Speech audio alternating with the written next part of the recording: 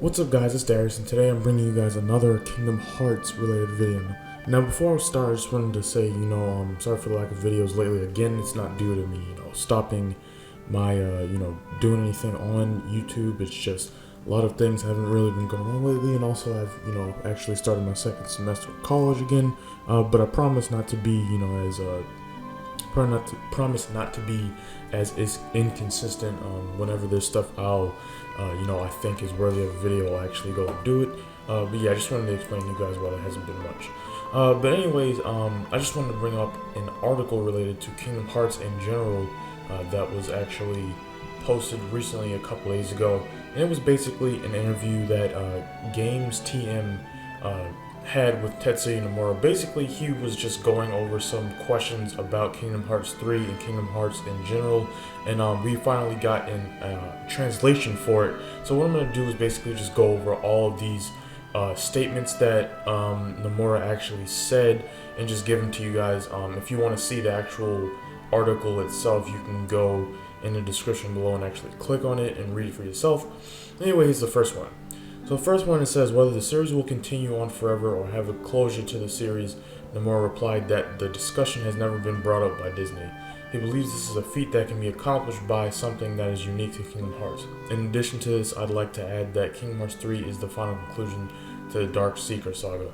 So this is something, we've all been really thinking about for a while, what is going to happen after Kingdom Hearts 3, because we know that's the end of the Dark Seeker saga, or also known as the Xehanort saga. And Nomura's actually commented on it before. He said that if this was going to happen, it would still include Sora as the main protagonist, but really nothing much else besides that. So who knows? We'll have to see.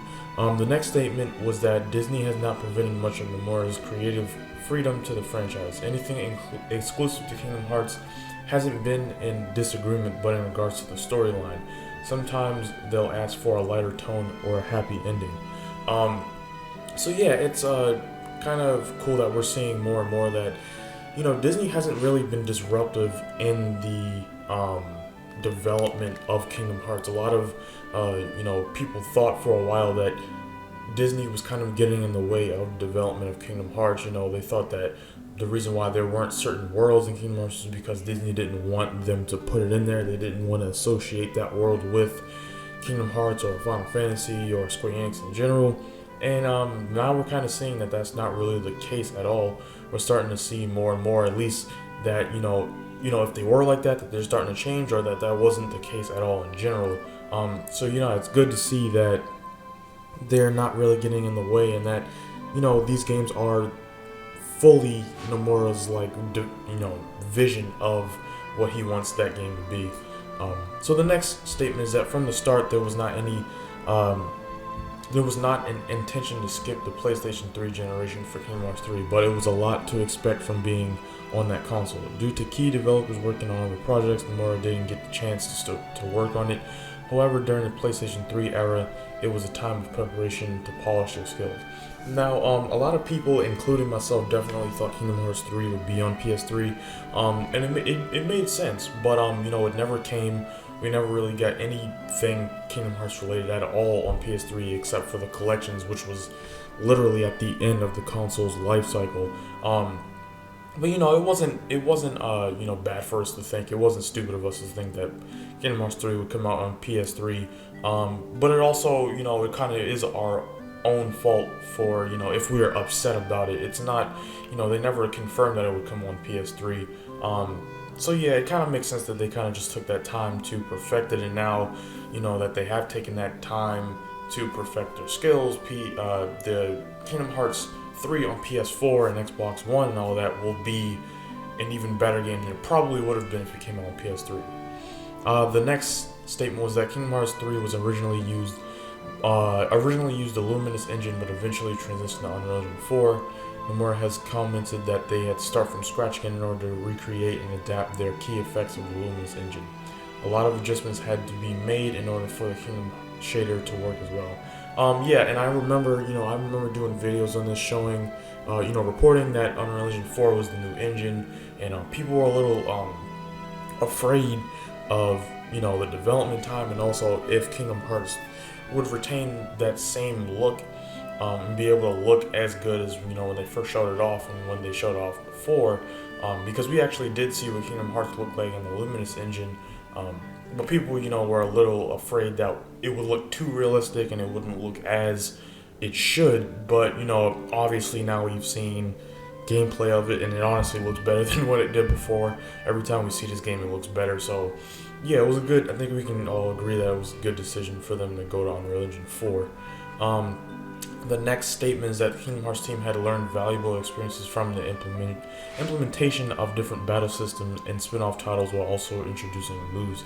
Keyblade transformations revolve around the plot where Sora undergoes the mark of mastery, so those transformations become part of his combat. Many bold additions to the hardware are possible due to the better hardware and experiences from spin-off titles.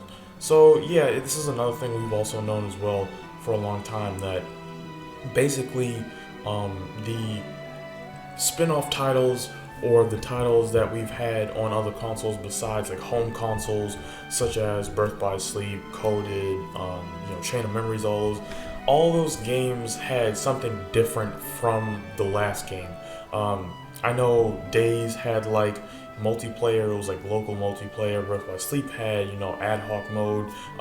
Anything things besides it, just multiplayer were like like you were saying before, Keyblade transformations. That was an awesome thing that they introduced in Birth by Sleep. And then also obviously we can see it now in Kingdom Hearts 3, but like flow motion, like that's a big part of the gameplay and how actually Sora traverses throughout the world, and they've incorporated that into like a more natural feeling way, and it's not as flashy, but like when you see he in the latest trailer does the Keyblade transformations and all that, it's really clear that they wanted to put all of these extra features in from the other games. And hopefully, like Nomura said before, he actually wants to put multiplayer in it, but hopefully they do have time to put multiplayer in, because that's obviously something that's going to be secondary after they complete the story and feel that it's good enough. And lastly, Nomura says that whether there is more than one playable character, it is a secret, but it may possibly happen. What other characters do you think will appear? I honestly think, just because this is the last Kingdom Hearts game in terms of story, like mainline, we'll get for a while, I definitely think they're going to fulfill that request of being able to play as other characters. Whether that's going to be in the story or multiplayer, it's not really far off a far off idea that we can get it in the story, because we have played as Riku before, we've played as Mickey, both of them, both of those being in Kingdom Hearts 2.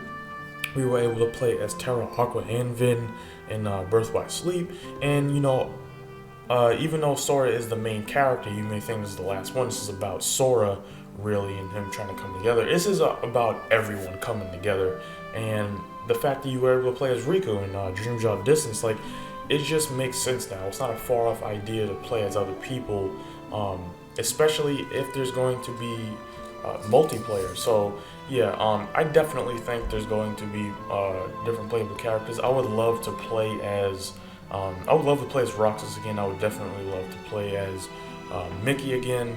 I would love to play as, I don't think anybody would really care to play as Donald and Goofy, unless they actually gave them some, usefulness in the game. They improved them a bit, which they did say the AI will be much better in this game.